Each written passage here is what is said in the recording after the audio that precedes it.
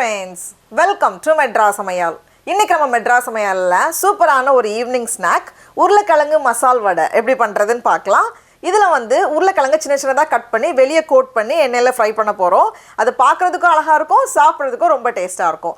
இப்போ இது பண்றதுக்கு ஃபர்ஸ்ட் வந்து 1/4 கப் போல கடலை பருப்பை 1-2 வாட்டி தண்ணில அலசி சுத்தம் பண்ணி தண்ணி சேர்த்து ஒரு 2.5 ல இருந்து 3 மணி நேரம் போல ஊற வச்சுக்கோங்க.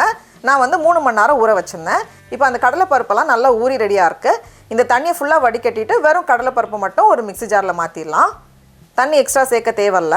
நல்லா அரைச்சி இந்த மாதிரி எடுத்துட்டு வந்திருக்கேன். நமக்கு வந்து அந்த கடலை பருப்பெல்லாம் தெரியணும்னு அவசியம் இல்லை. நமக்கு வந்து உருளைக்கிழங்கு தான் இன்னைக்கு ஹீரோ. அதனால நம்ம வந்து உருளைக்கிழங்கு தான் தெரிகிற மாதிரி பண்ண போகிறோம். இந்த மாதிரி கொஞ்சம் ஸ்மூத்தாக அரைச்சி எடுத்துகிட்டு வந்திருக்கேன். இப்போ இதை வந்து ஒரு பவுலில் மாற்றிடலாம். இது கூடவே ஒரு பாதி வெங்காயம் அதை வந்து நல்லா சின்ன சின்னதாக கட் பண்ணி சேர்த்துக்கோங்க. கொஞ்சம் மல்லி இலை அதையும் இந்த மாதிரி சின்ன சின்னதாக கட் பண்ணி வச்சுருக்கேன். காரத்துக்கேற்ப மிளகாய்த்தூள் நான் வந்து 3/4 டீஸ்பூன் மிளகாய்த்தூள் சேர்த்துருக்கேன். கூடவே தேவையான அளவு உப்பு எல்லாத்தையும் சேர்த்துட்டு நம்ம நல்லா கலந்து வச்சிடலாம். அவ்வளோதான், ரொம்ப ரொம்ப ஈஸியாக நம்ம ரெடி பண்ணிடலாம். இப்போ அடுத்தது இது மேலே கோட் பண்ணுறதுக்கு நான் இன்றைக்கி வந்து 2 உருளைக்கிழங்கு அதை வந்து இந்த மாதிரி சின்ன சின்னதாக கட் பண்ணி வச்சுருக்கேன். ரொம்ப பெருசாக கட் பண்ணிடாதீங்க. நம்ம எண்ணெயில் போட்டு பொரிக்கும் போது அது பொரிஞ்சு வர சைஸ்க்கு தான் இருக்கணும். இப்போ இந்த தண்ணியை ஃபுல்லாக வடிகட்டிட்டு கொஞ்சமாக மட்டும் ஒரு 2 சிட்டிகை உப்பு, அப்போ தான் வந்து அந்த உருளைக்கிழங்குலேயும் உப்பு இருக்கணும்ல, அதுக்காக சேர்த்து நம்ம நல்லா கலந்து வச்சிடலாம். இப்போது நம்மளோட மாவு இருக்குல்ல, அதுலேருந்து ஒரு ரவுண்டாக இந்த மாதிரி எடுத்திருக்கேன். இப்போ இதை வந்து ஒரு அழுத்த அழுத்திட்டோன்னா போதும். கொஞ்சம் டைட்டாக நம்ம அழுத்தணும். அப்போ தான் வந்து அந்த உருளைக்கிழங்கெல்லாம் இது மேலே ஏறிடும். வச்சு அழுத்தும் போது நமக்கு எவ்வளோ வருதோ அவ்வளோ போதும்.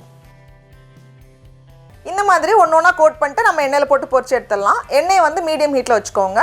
ரொம்ப ஹை ஹீட்லேயும் வேண்டாம், அதனால ரொம்ப குறைவான சூழ்நிலையும் இருக்கக்கூடாது. இந்த மாதிரி போட்டதும் பபிள்ஸ் வரதில் இந்த ஸ்டேஜில் இருக்கணும். ஒன்று ஒன்றா பண்ணிவிட்டு உள்ளே சேர்த்துக்கோங்க. 1-2 உருளைக்கிழங்கு எஸ்கேப் ஆக தான் செய்யும். அது கொஞ்சம் லூஸாக இருக்கிறதெல்லாம் எஸ்கேப் ஆகும். அது வந்து கொஞ்சம் ரெடி ஆனதுக்கப்புறமா நம்ம வெளியே எடுத்துக்கலாம். இப்போ இதை வந்து திருப்பி போட்டுட்டு நல்லா 2 பக்கமும் நல்லா கிறிஸ்பியாக வந்ததுக்கப்புறமா தான் நம்ம வெளியே எடுக்கணும்.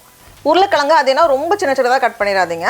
ரொம்ப சின்ன சின்னதாக கட் பண்ணி நம்ம வெளியே கோட் பண்ணோம் அப்படின்னா சீக்கிரமாக அது வந்து கொஞ்சம் கரிஞ்ச மாதிரி ஆகிடும் வடை ரெடி ஆகிறதுக்கு முன்னாடி. அதனால் கொஞ்சம் இந்த சைஸ் வந்து கரெக்டாக இருக்கும். அதேனா ரொம்ப பெருசாக இருந்தாலும் அது வெந்து வராது.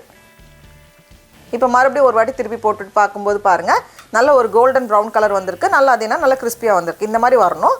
இப்போ இதை எடுத்து நம்ம வெளியே வச்சிடலாம். அவ்வளோதான், நம்மளோட சூப்பரான உருளைக்கிழங்கு மசால் வடை ரெடி.